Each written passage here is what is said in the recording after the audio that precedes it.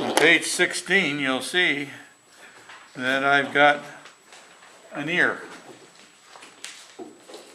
And what we're going to do is we're going to create the block first and decide on the size of the ear we're going to have. And that's the most critical part. So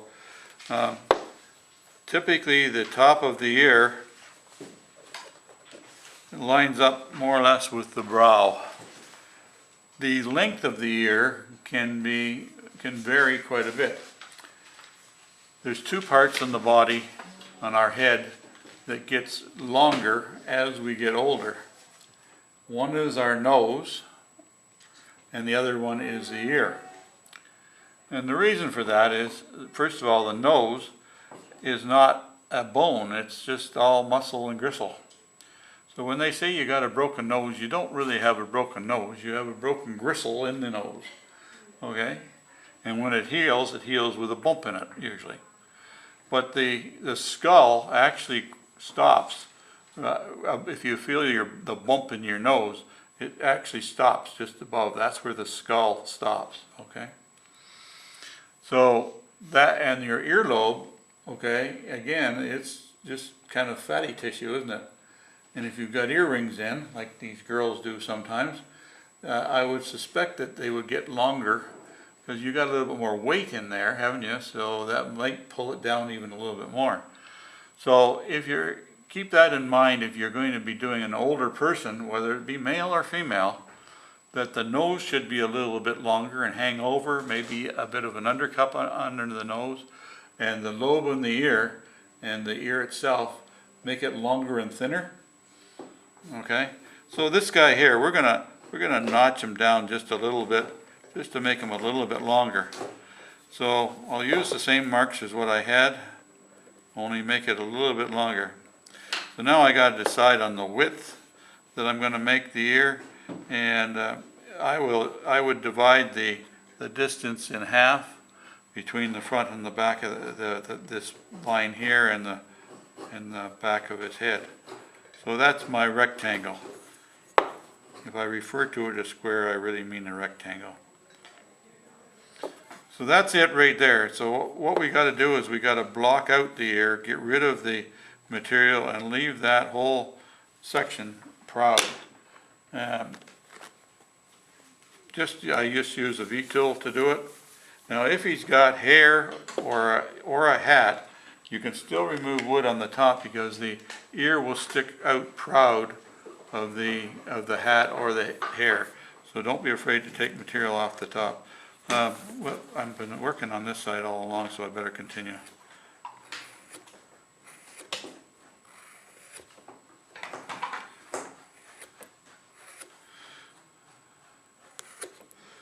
So, shut this off for now. So, there it is, blocked out. And now I'll make it flat. I want to have a flat surface. Remember we rounded the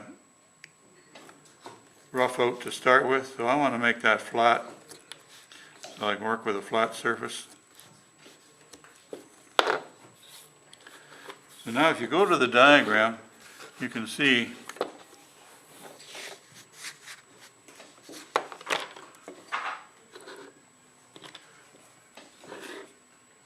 that we're going to divide the distance in half across the bottom, divide the distance down the back of the ear in half, and then join those two lines together. We're going to knock off every corner other than that one. So that's it, basically it, right there.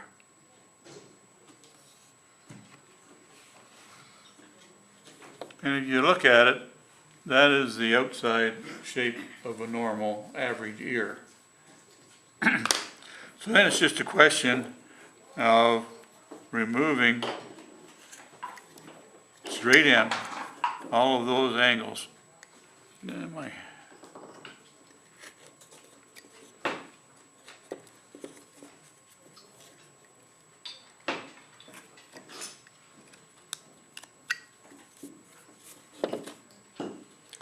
Now, all the big carvers have a different way of doing an ear, but this is a combination of various ears that I have seen done. So that's it right there. That's the outside shape all the way down straight in. I'll stop it there for. I wanted to show you how to remove wood in a hurry. If you put a stop cut in, it doesn't matter what you're going to use as far as or what position you are in a carving. But if you wanted to remove wood in a hurry, if you put a stop cut in, then what that allows you to do is you can take a knife or a gouge. I'll take a gouge, and now I can start removing this wood below. I need to get rid of that, but I can go deeper. See, I can go way down, deeper, way past where I've cut, okay, where my stop cut is, and chip away at that wood, and it won't knock off the wood above it. So then you can come back and just use a V-tool or a knife and put your stop cut in again, and that whole hunk then will come out. It's just a quick way of removing wood. Something I picked up from Harold Enlow many years ago.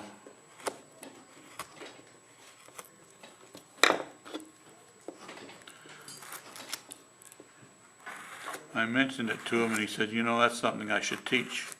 And I don't know whether he ever did or he didn't. But it's a slick way of removing wood in a hurry. So front view, this is the side of the face here. This is the top of the ear here.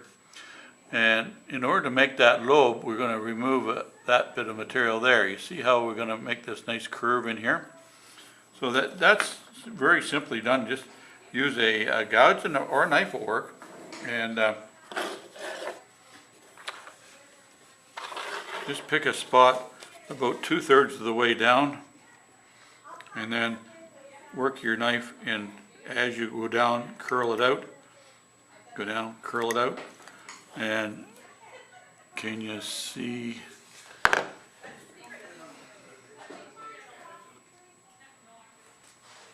There, can you see the notch I've made in it?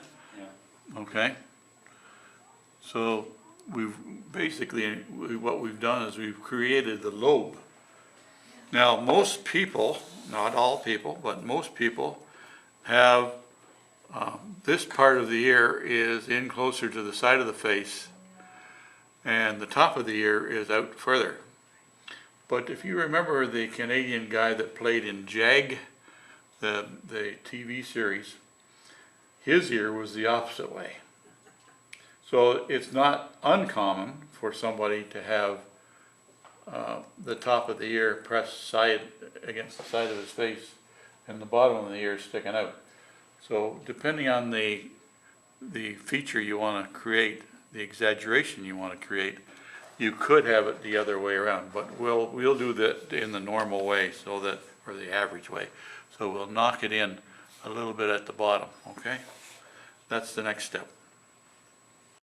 Now I do spend a lot of time trying to get the size of the ear, in other words, the amount of material that sticks out from the side of the face on both sides the same.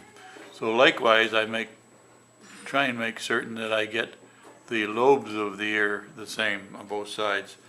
And if one happens to be a little bit odd, think of it this way, that you can only usually see one ear at a time, so it won't really matter a whole bunch if one's a little bit different than the other. So now what we got to do is we've got to get the material. First of all, we got to leave the material all on the outside of the ear, but we got to get a taper coming down from the top down, so that we can remove a hollow in that area there. But keeping in mind we want to leave all the outside here. So in order to do that, I typically use a knife, and can I get this on? So I take little cuts to start with, little triangular cuts, little wedgies. Got to leave the lobe. The lobe has to stay.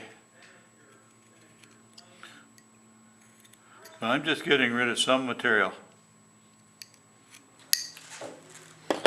And then I'll take a gouge and start working in here. Now a high-sided gouge will work in here just as well. I had a chip come out there, but that we can make it work.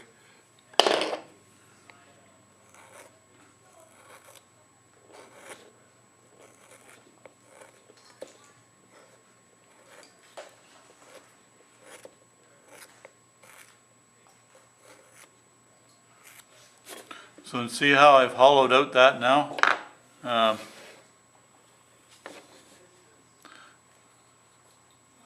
So I've created quite a hollow in there.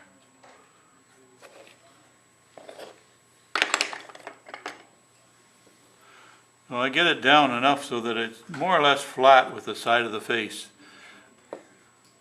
What the trick is to get that hollow out of there. A high-sided gouge, number 11, would work. I guess you could work it out a little bit with a knife as well. Too bad this chip came out, but that chip did come out, so we can't do much without that. We'll leave it the way it is, work the ear around it.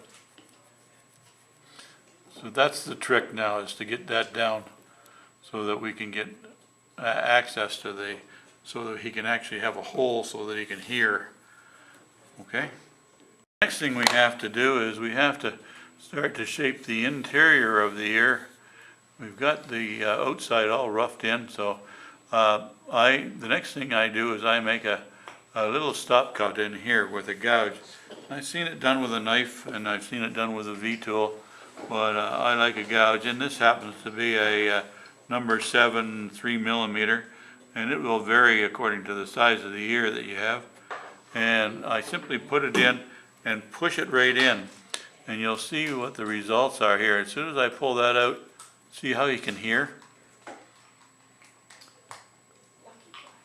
So now you can hear. So I will try and remove a little bit of the wood from behind it, behind that cut, and I just lost a piece of my ear. Okay, so that's the next step on it. Okay, so now once you've got him able to hear, then what we're going to do is we're going to leave a ridge on the outside and remove some material all the way around. And you can see by the diagram, that's the indication that I tried to make. Again, we're going to leave the lobe. Nothing goes in the lobe. So I'm going to use a high-sided gouge or a number 11. This happens to be a number 11 3mm. It can vary in size, but if you just start and don't try and take it all at once. Take little bits at a time. And again, see how I'm staying away from the outside of that.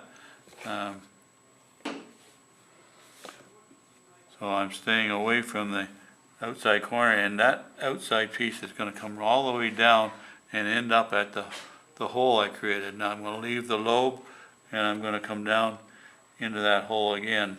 A little bit more material out of here.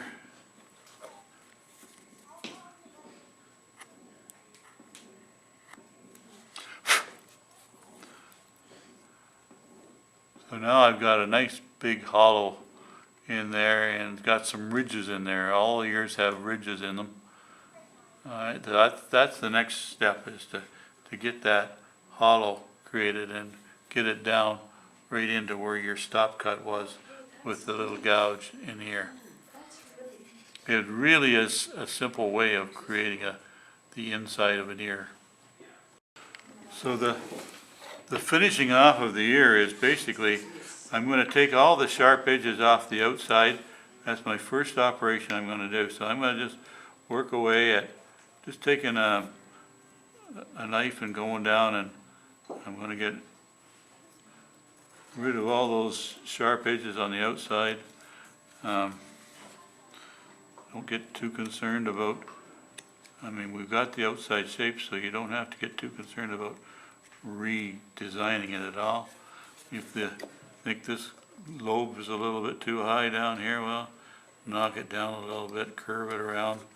There's no sharp edges, A human being does not have any sharp edges. I'm going to massage that a little bit, bring that down a little bit there.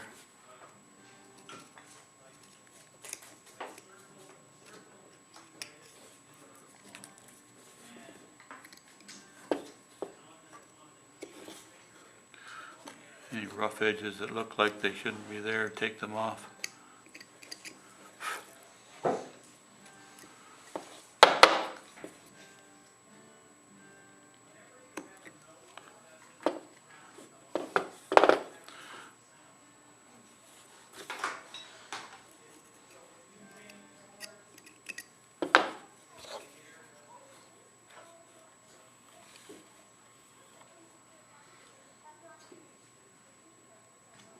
So there is a finished ear, and you can come around and put a stop cut around here and up and around, and eventually if I finished with my hair, once I get my hair finished, I'll come back in and I'll put a stop cut and a little bit of an undercut behind the ear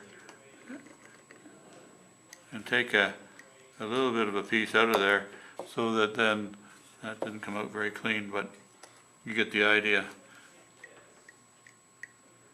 By doing that, you give a little bit more depth to the back of the ear. See how now the back of the ear looks like it comes around, because the back of the ear actually hangs, you know. We got quite an undercut in the back of the ear.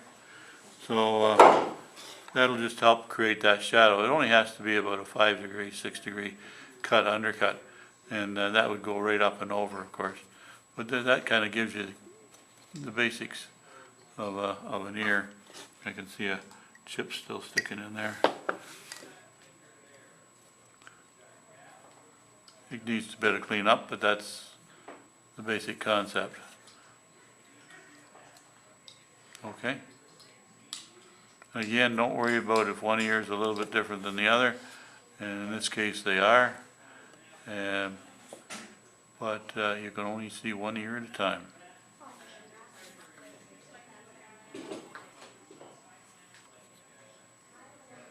Alright, so we're going to work on some more of the facial features here. So if you look at your neighbor, you'll see that from their forehead going up to the top of their head, it automatically curves. We start to curve. If you look around the room at everybody, you'll see that there's a bit of a ridge for the forehead, or for the brows rather. Then from that up, it starts to curve back. Our head naturally curves back. So in order to accommodate that, I just get in here with a V-tool, and I'm going to go underneath this, because the suggestion was to put a hat on them, and so we'll put a hat on them. Maybe put a hat on them to start with, and then I'll carve the hat off and give them a hairdo. We'll see how it goes. So I'm just going to make this all nice and round, and with the V-tool I can start to undercut and start to create that shape that goes back up underneath.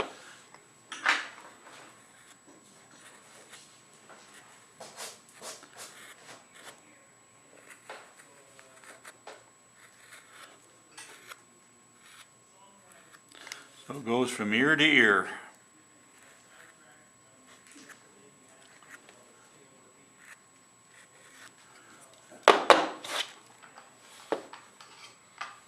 So you can see that the curvature starts to go back right above the brow and starts to go back underneath.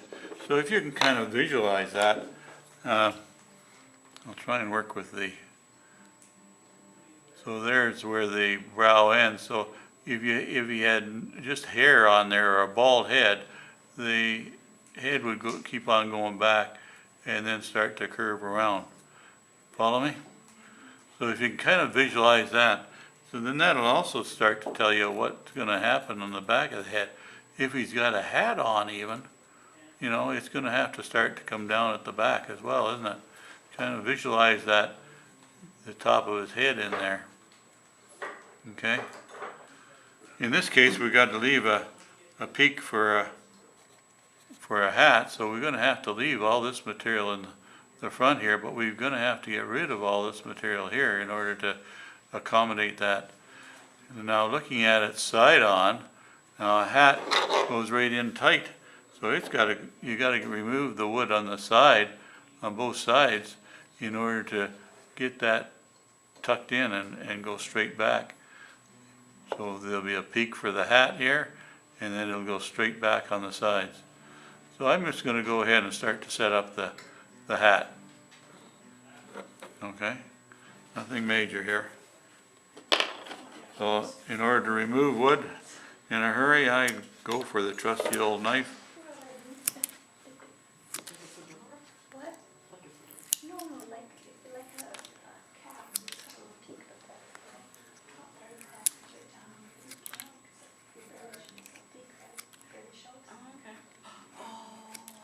It's sort of like a baseball cap that's bigger but flat. Newsboy hats, yeah. Oh, I just cut his ear off. Yeah, that's what the glue bottle's for.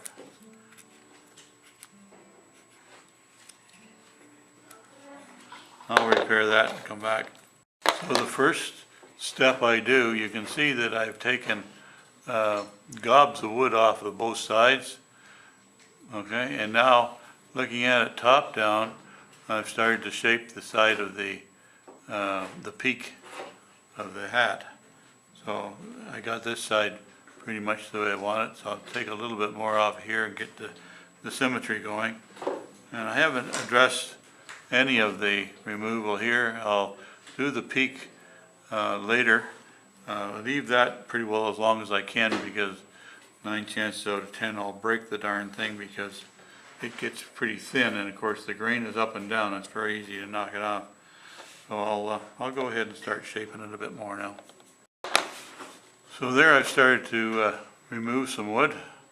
You can see I've left the peak there, and I've started to shape the back side of the hat and leave the peak.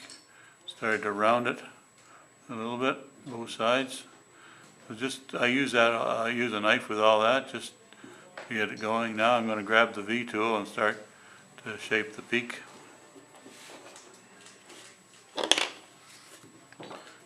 Start it from where I figure it's gonna be, where the back of the hat or the back of the peak is gonna be.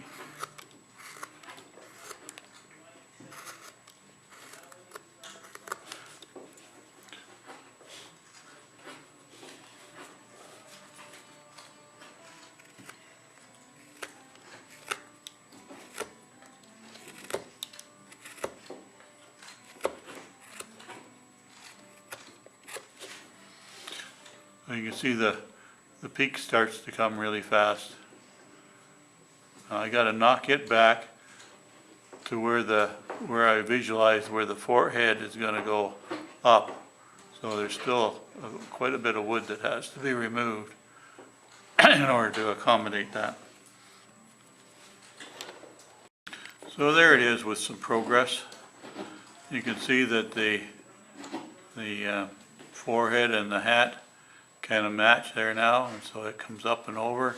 I haven't even done anything with the back of the head, but I've got the peak roughed in, and I'll take a gouge now and lay it flat. I like this big number 5, a 20 millimeter. It seems to have the right angle to it all the time, and I can work it either flat or upside down, and by working it in like that, I can get the right shape. You can kind of see what I mean there. This gouge has got the right shape to go in and create that nice curvature there, and I've just done the top side of it, but now I can come in and I can do the bottom side as well to create the same shape. If you've got a gouge that works at the right angle, gives you the right shape, then you can duplicate it all the time because use that shape all the time. So now I'm going to come in the front and go back. Now you've got to be very careful when the peak is this clean or this thin. Don't try and carve it sideways, and definitely not out the front, otherwise that will break off for sure. Always go towards the meat, towards the bulk of the wood, and it will work. Don't try and take too much at a time, and don't pry. Don't pry out any pieces, just take your time with it. So you can see what I mean now, that I've got now the same basic shape on the bottom as I do on the top, just by using the same gouge. I want to point out something else too, that you only have to make the edge the same consistency, the same thickness. It doesn't have to be the same thickness all the way back. So if you make it wider going back in, you've got more strength. Okay, you got less chance. Once you've got this peak carved, now you're used to grabbing a hold of the carving and working on it. You got to be careful, because you'll break that thing off every time if you put side pressure on it. So now we'll work our way around and establish the back. Now the back of the hat, and you can see that the hat there. You can see that the hat kind of takes it's going to sit just behind the ear or just on top of the ear. So I got to keep on coming so that angle continues on back, and so it's going to dip down at the back more. Now if it's a form-fitting hat, like the more expensive hats, there's no adjusting strap in here. If there is, you might want to leave that section in there, you know, for the hair to come out. Depends on how much detail you want to give. But basically I'm not gonna worry about that today. We'll just take a V-tool and we'll just kind of eyeball where I think that's gonna be.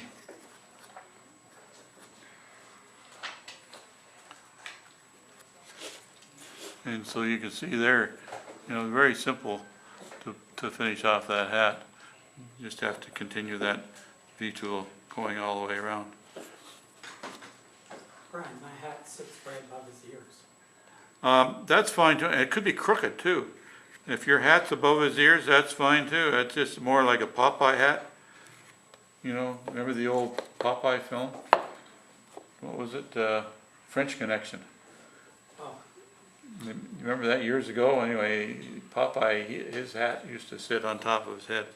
So anyway, there's the basic hat sitting right there, all the way around. Okay, now it's just details. Very roughly, we have to put an edge around here.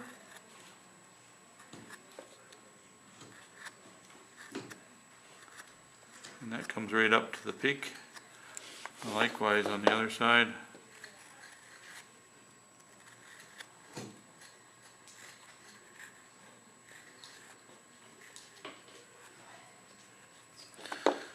So then you got to decide on where the, Well, there goes his peak. there you go with this peak, eh?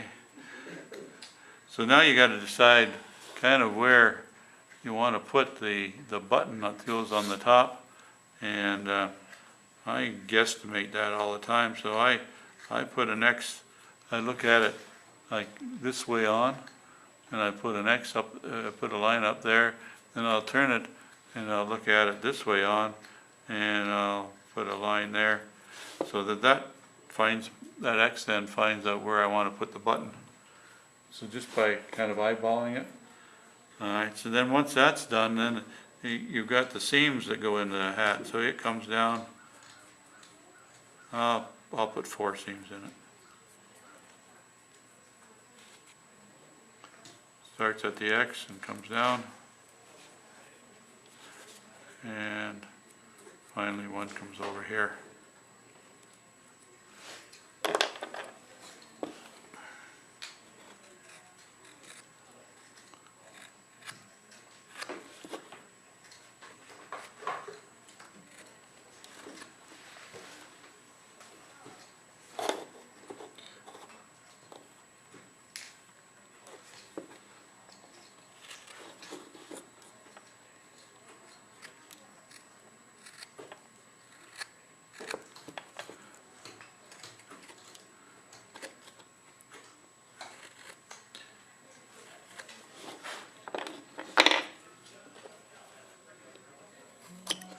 rid of my pencil marks. Now I want to do a button on top of the hat. So I use a number 7 3mm, and I put it in. I jab it in like yay, and because this has got like a fingernail shape on the end of it, I'm able to turn it. I put it in, turn it, put it in, turn it, put it in, turn it, put it in, turn it, put it in, turn it, and by golly, look at there, there's the button. So then all you gotta do is remove the wood from around it to make it stand up. You got less of a chance of knocking this button off because the grain is up and down and you're going sideways against the grain, and so in other places in the body and the clothing you're going to have more of an opportunity to knock it off if you don't take your time with it. Use another gouge to kind of smooth that all out.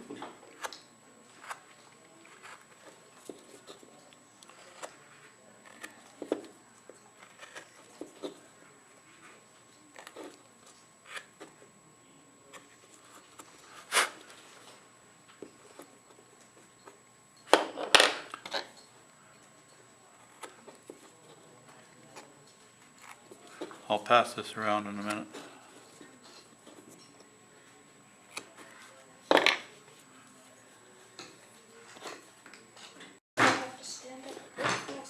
Okay, so let's assume that you're happy with that hat the way it sits.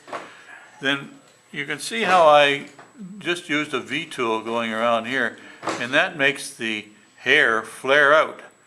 With a hat, compressing hair underneath it, then the hair flares out, okay? So I leave that. Now, a normal haircut, the hair would come off about halfway down this flat spot, and likewise on the other side. And then I just kind of curve it around the bottom, and it depends on how much hair you want to give them. As to how much you want to leave behind. You've got a fair bit of wood in there. So it's just a question of rounding it and shaping it, putting a stop cut in on the bottom, and then you start immediately getting into the neck. So just take a V-tool and start to work that around.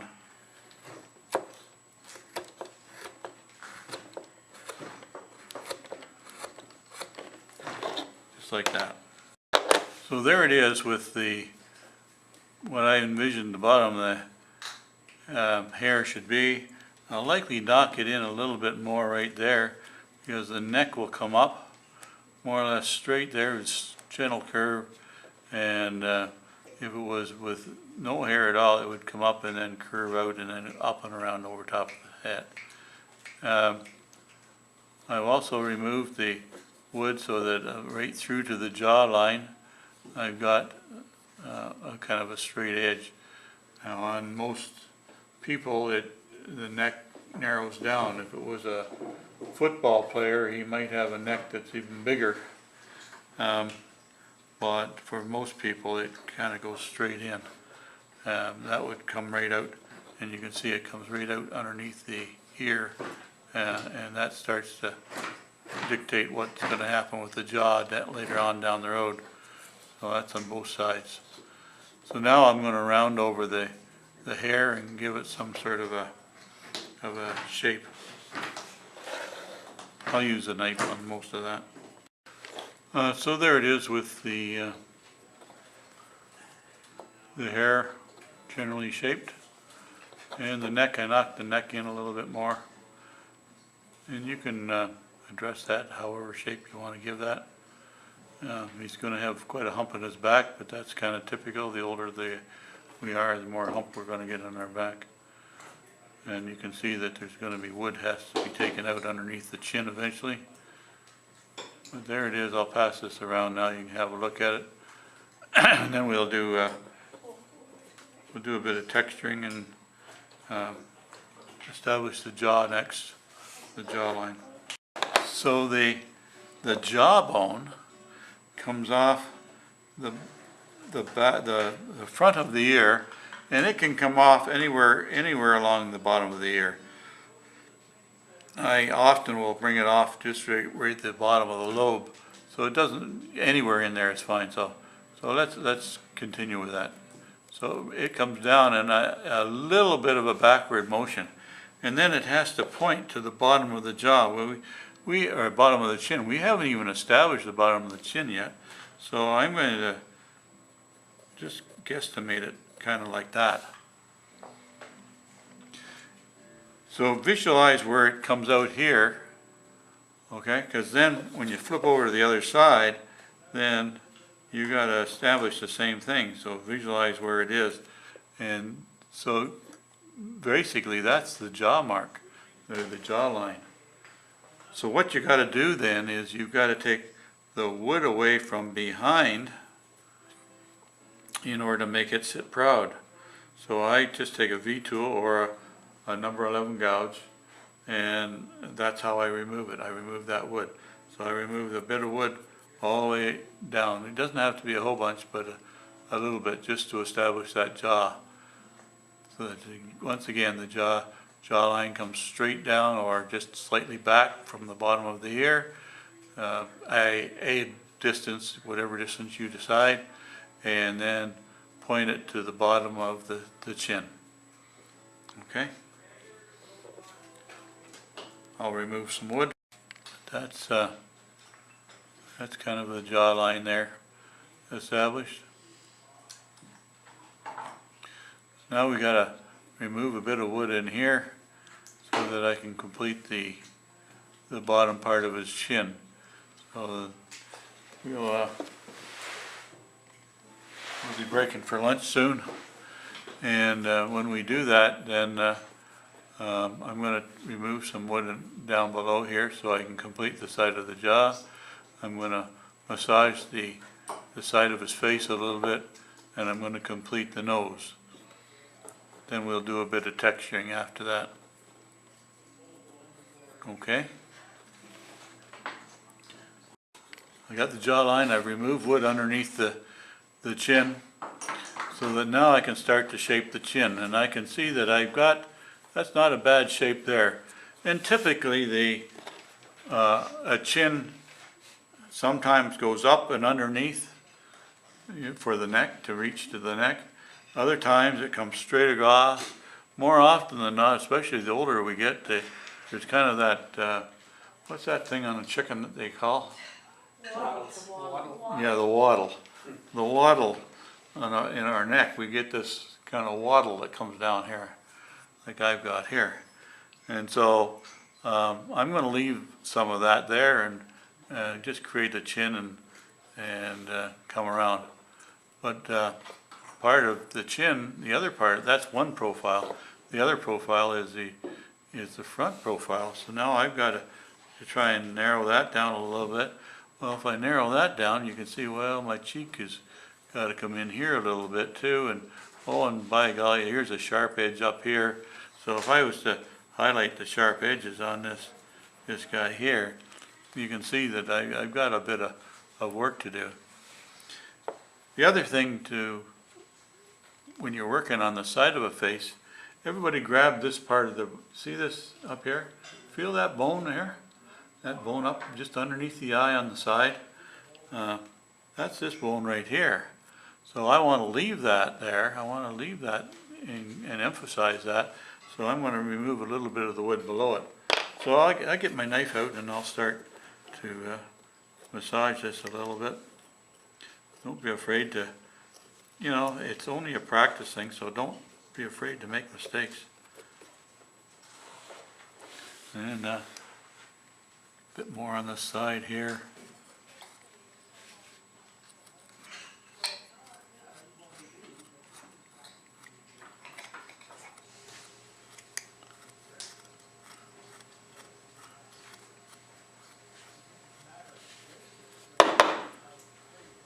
So you can see how that's changed just by taking the rough edges off it. There's no sharp edges on a human. And the chin is starting to round again. So I'll do the same on the other side.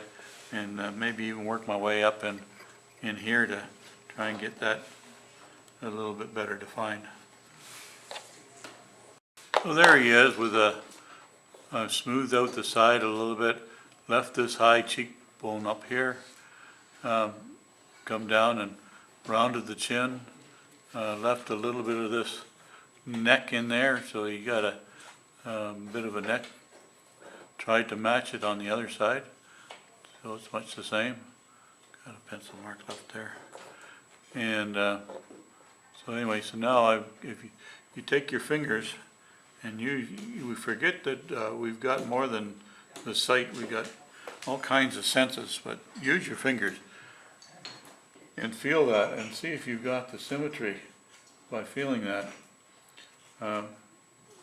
Our fingers are so sensitive, we can tell when we're reading a book, we can tell whether we've turned one page or 2 pages just by the feel. So use your fingers to feel whether or not you've got the right shape. Don't be afraid to use that and go over it. And if you feel that you've got a deficiency or a problem somewhere, well, address it. Don't just leave it, address it. And I can feel that I've got a bit more of a hump in there than I have on this side over here. So I'm going to have to take a little bit more out of there. Sometimes it's just a sliver. Much better. Much better. Okay, so again, we're working on this area here, beside the mouth and back towards the jawbone.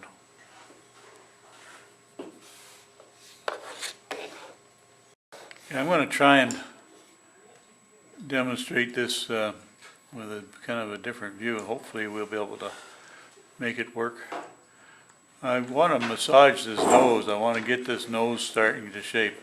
And as you can see, I worked from the chin, the side of the face up. Now I want to finish off the nose, and the nose is kind of critical.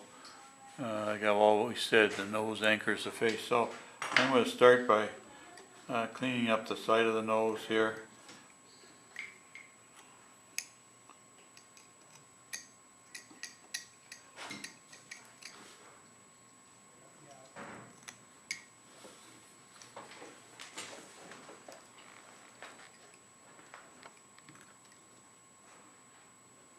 Sometimes it just takes a small little chip to get things going. Now we've got to get this wing on the nose give it more emphasis. So in order to do that, I've got to take out some material from behind it. Now I'm using a knife, and you see how I curl that so I can get that out of there? But you can accomplish the same thing if you wanted to use a gouge to get in there, and that'll give you the same shape. If you're not comfortable with using a knife, then use a gouge to get in there. And you see how by removing that hunk of wood there, now we're creating the wing behind the nose.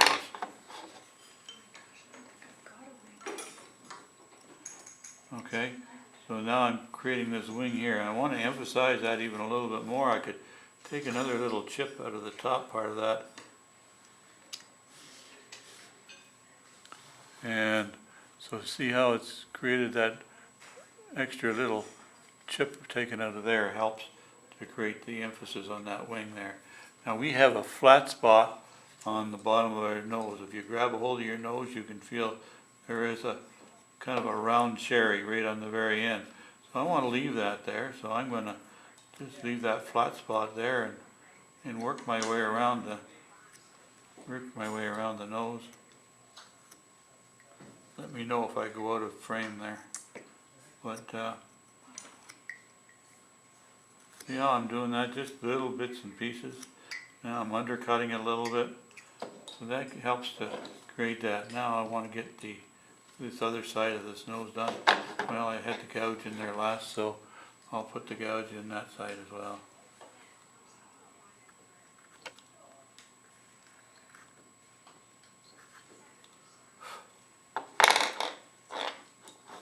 And a little bit of a chip out of the backside.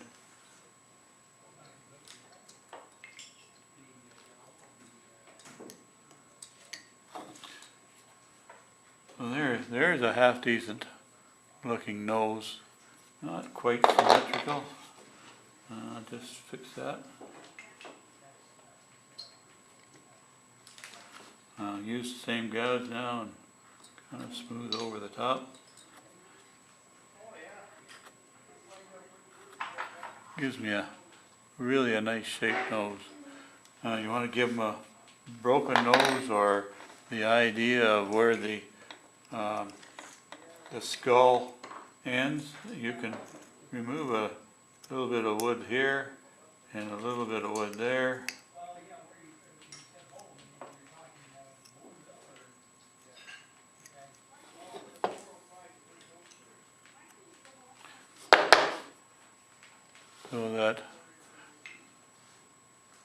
So there's the hump in his nose, and you can emphasize that even more. It's not very substantial, but depending on whether he's had a broken nose or not, that might suffice. And then we gotta give him nostrils to breathe. This guy's got very bad nasal congestion there. So we gotta get rid of that. So you can use a big gouge if you want to use open it up an awful lot, or you could use a little gouge. Depends on what you want. I'll put a little one in here. So you've got a bit of a snotty hanging in there, so you take the knife and pop that out. Okay, so there's a very simple nostril. Now try and match it on the other side. So by doing that, you've created that kind of a hanging nose that is very nice on an older person, because you've removed a little bit more material on either side. So you want it to hang down a little bit more, you undercut in here. Well, we can do a little bit of that just for demo.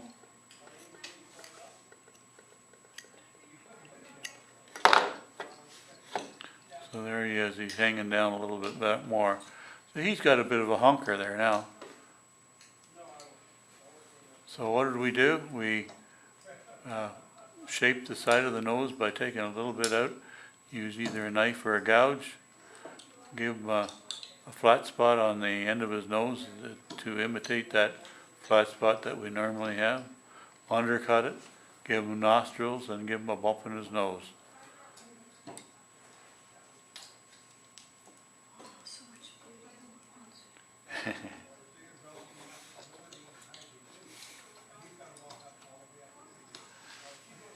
once. The eyebrows are next. You've got to get a notch between the eyebrows, and it comes off of the corner of the nose.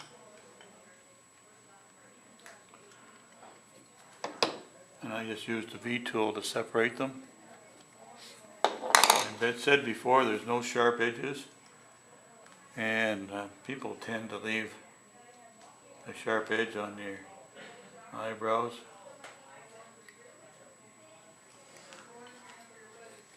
And this guy is not too bad, but I typically will remove a little bit of wood on the top side of the eyebrow. Help to emphasize it.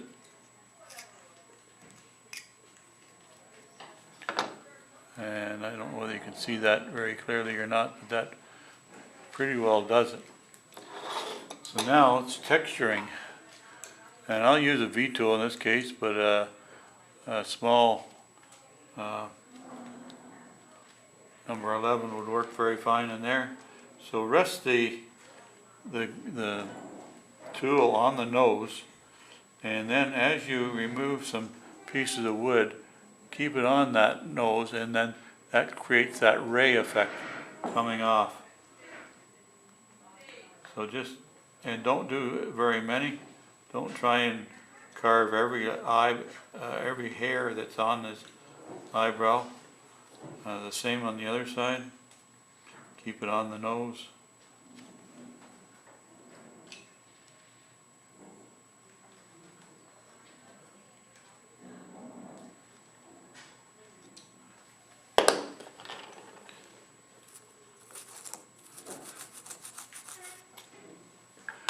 And you can see the ray effect that I'm referring to. It's more straight up and down, closer to the nose, and the further out you go, the more of an angle there is on it. It doesn't show up in this lighting very well on this side, but you can certainly see it on that side. Okay. Next we'll texture the hair. Hair is a thing that you can make or break a carving with. If you want to make, if you want to have this guy have short hair, you don't make your cuts all the way down. That would indicate long hair. Okay, so the distance between cuts can be whatever, and where it is tight into the hat, you're going to have it compressed, so there's going to be tighter little cuts in there. Again, it can be a gouge or a V-tool. In this case, I got the V-tool in my hand, so just scatter it so that they aren't consistent. And they can go in slightly different directions. You see that? Turn it upside down. Work with the grain.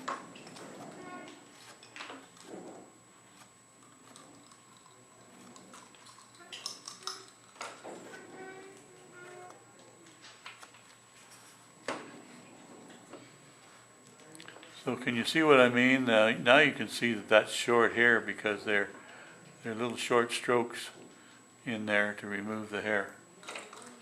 Okay. Don't be like me and do the hair and then forget to do the eyebrows. The eyebrows are part of the hair system. Okay, so you can see that's quite effective there in the separation of the hair, and give you the idea. Do it right to the end. Don't dig into the neck when you do it. Okay, everybody's happy with the hat. So now what I'm going to do is take his hat off.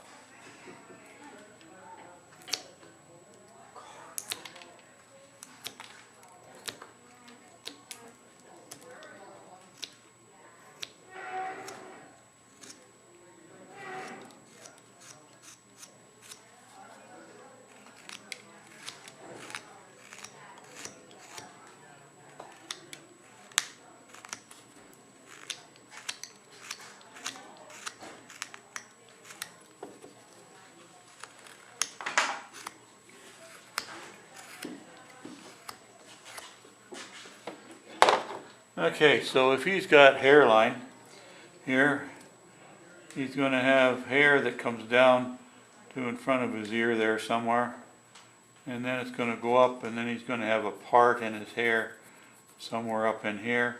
So this will come down and around, and we'll give him some hair down the front, a little bit of hair down the front. He's not going to have a whole bunch of hair, but something like that.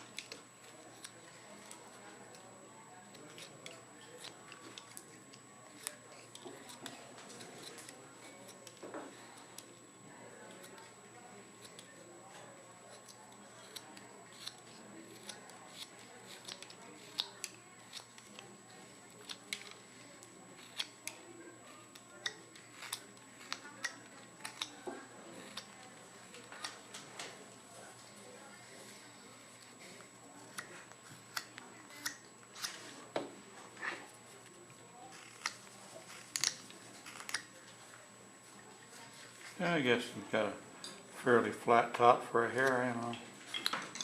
And something like that, I guess.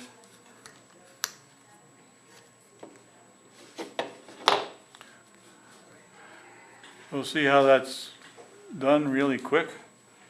I'm going to put a stop cut in underneath the hair.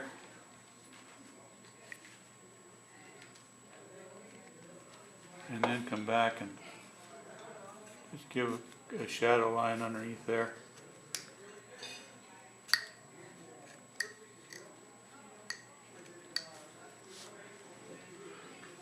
See how that makes it jump out?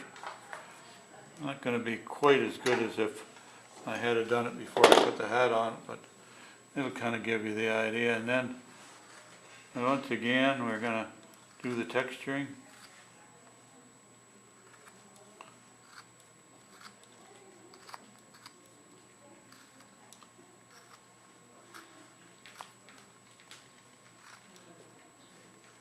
And of course, if he's going to have the sweep around his head, the front with his hair, and again, it's not all that long, but it's layered.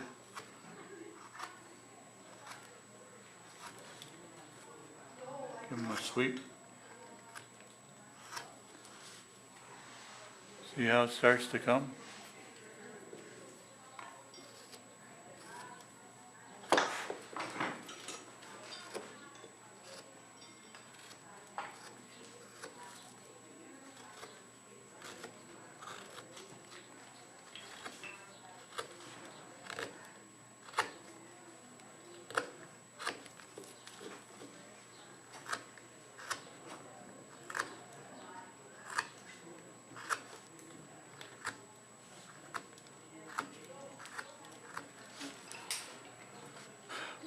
See how it comes across? I mean, you can give him whatever kind of a hairdo you want, but that's kind of the basic one.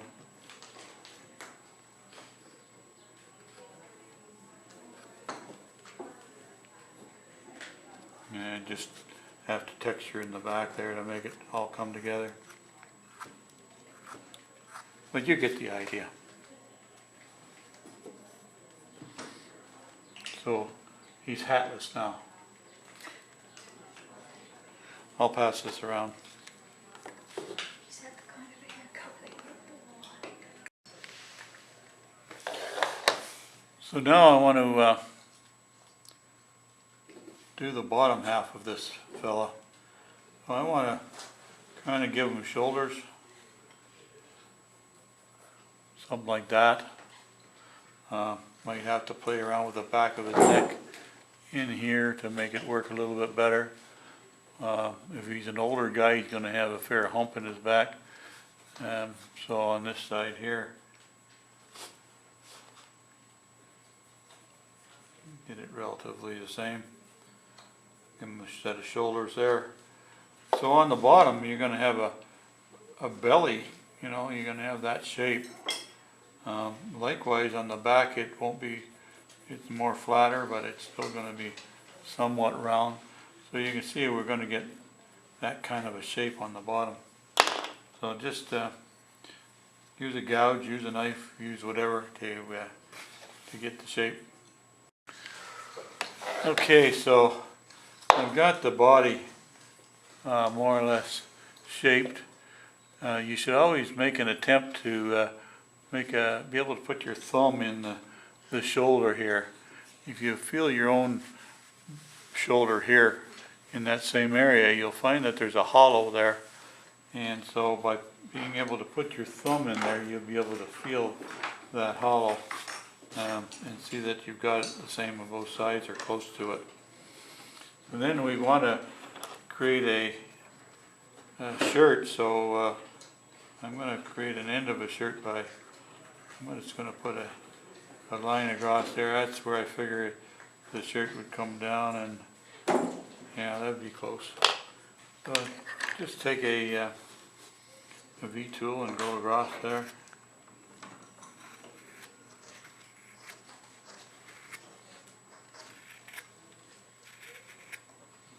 Take most of the wood out from below it.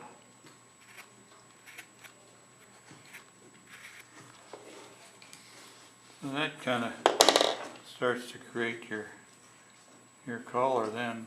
So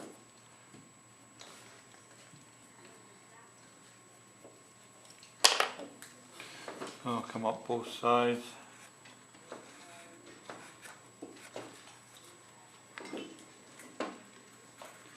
Wider at the bottom and narrower as it comes up and around the back.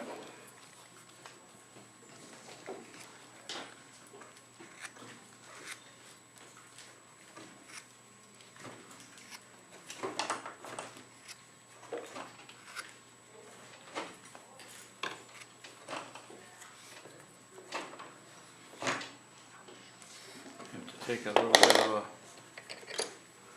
a material out of the middle here. Move that collar over just a little bit.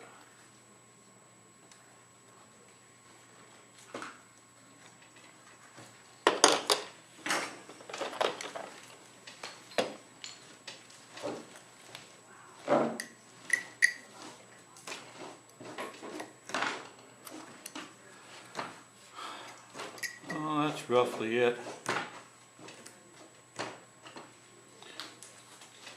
I'm going to bring that down and make one a little bit lower than the other.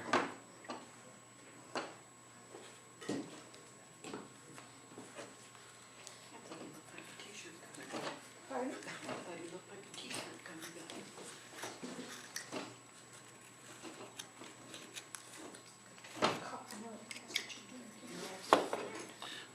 You can make a little notch in there if you want to indicate that there's a little bit of a cloth in there.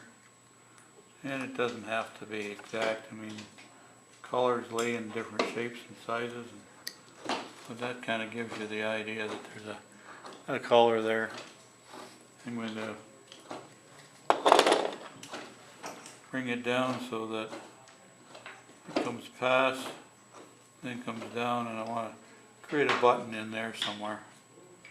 Yeah, maybe a little bit higher. Maybe right about there. Use my button making tool. And I always start with the furthest out it will be, so I don't lose my position.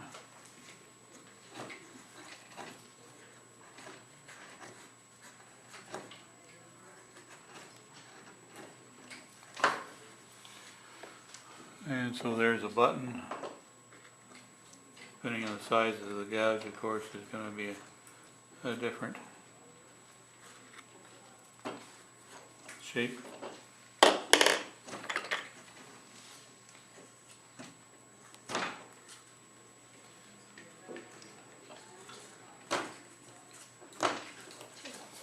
Thing that says front, all I know.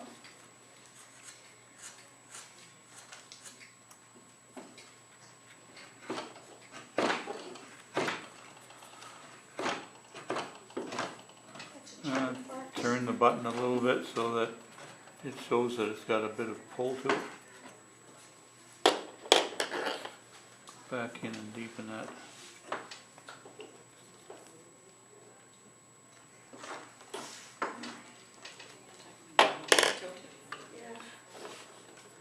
So now it's going to be pulling this way, so you want to create the texture going that way. And you can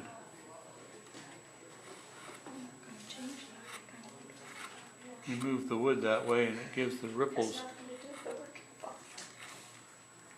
in it.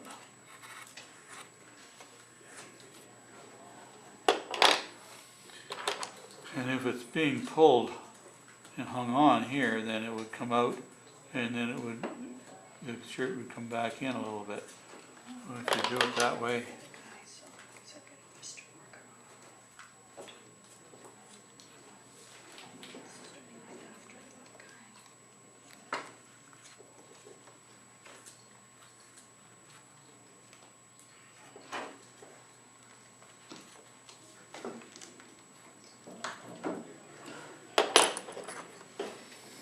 and once again, when you remove the wood, remove it crossways so that Any residue marks will indicate that the cloth is being pulled that way.